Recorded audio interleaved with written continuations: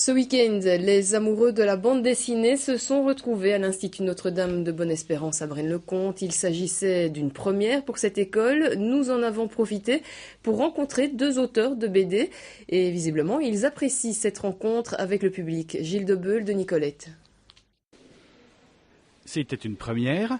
L'Institut Notre-Dame de Bonne-Espérance de Braine-le-Comte a organisé une grande brocante, mais surtout un festival de bande dessinée. La démarche n'est jamais évidente.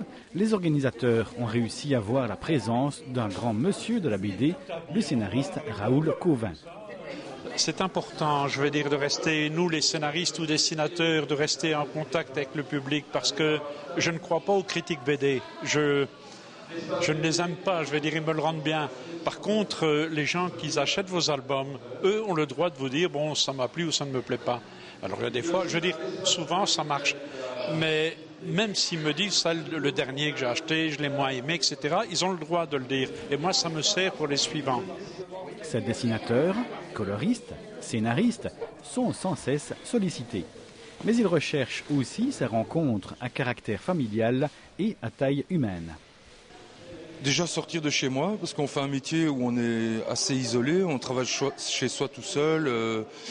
Moi, c'est pour rencontrer des gens. Et puis, dans les auteurs, c'était tous des amis. J'ai un autre ami dessinateur qui ne dédicace pas, mais qui s'occupe d'animation de jeux, Blatt, Bernard Servet.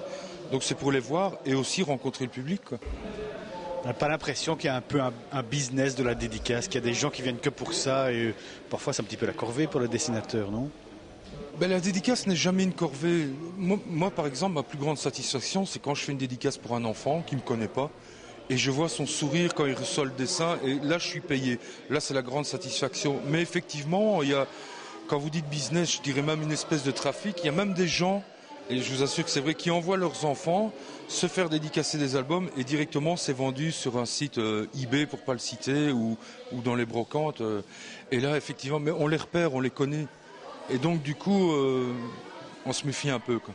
Un festival de bande dessinée a déjà existé il y a plusieurs années à Braine-le-Comte, mais il n'est plus organisé.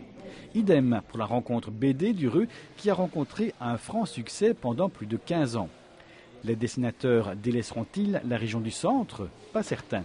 Le 21 mai prochain se déroulera le premier festival de bande dessinée de Faillé-Manage. C'est la première fois de ma, entre guillemets, carrière de me demander de dessiner l'affiche. Comme à l'origine je suis de la Hestre, bon la Hestre Failly c'est pareil, ça m'a fait comme je vous dis, c'est un grand honneur. Et donc en plus ils m'ont dit, comme c'est ton festival, tu invites des amis. Donc je peux vous dire qu'il y aura des dessinateurs qui vont venir de Marseille, de France, de Belgique, d'un peu partout, quoi. Il y aura une vingtaine d'auteurs et ça sera vraiment très chouette, quoi. Le 21 mai.